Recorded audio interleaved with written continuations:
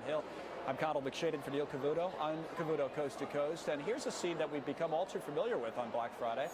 Shoppers kicking and punching each other in a food court of all places. Louisville, Kentucky is the video we'll show you first. And this type of stuff has happened over the years. And also in Kentucky today, and we have shoppers fighting at a different location over a pair of Air Jordans and physically getting into it. And if that's not enough, customers fighting over some televisions at a Walmart in El Paso, Texas. So I guess it wouldn't be Black Friday if we didn't see this kind of thing somewhere. Larry Winget on what he makes of people literally fighting over the best deals. Seems like every year we have this video. Larry, what do you say?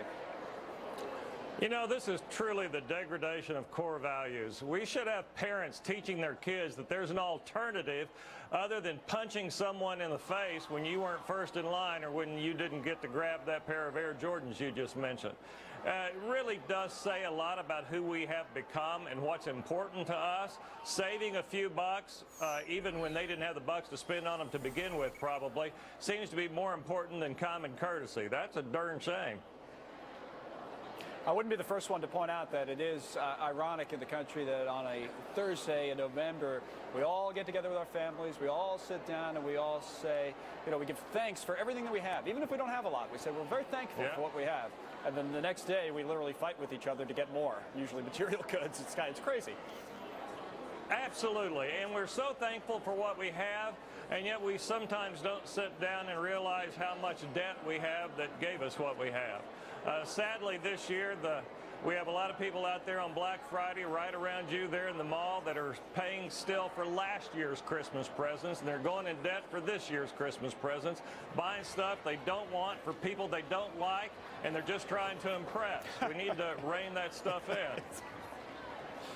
Don't want for people they don't like. Well, I don't know how many of them would admit it, but I'm sure if you got them at a weak moment, they would tell you, you know what, Larry, you're right about that. Maybe Exactly. A quick thought on Chicago as well. I mean, we've been watching. It's kind of interesting, and you're right. Here in New Jersey, we have so many people out at many of the high-end retail stores that are here at the mall, and at the same time, we have people at other locations. We've shown you video, literally fighting over the items that they're going to buy. And then in Chicago, a third scene, these protesters in the street using today to make their point about this shooting and the video that came out. What do you make of that? Well, they are hurting those businesses. I wouldn't go down there and shop. I'm not going to go shop in the middle of a protest. It's a peaceful protest right now, but protests can turn in a minute. And I think that will affect how many people go down in that area and spend money in the stores, which is going to hurt the store, which means that the store isn't making their money. And we all know a lot of stores count on this day to sort of turn the tide for their retail year. That's going to hurt their employees. It's going to hurt the people who stock the shelves and deliver to them and manufacture for them. It's going to hurt a lot of people. So there are sort of some unintended consequences that happen when you try to hurt businesses like this, and this will hurt businesses.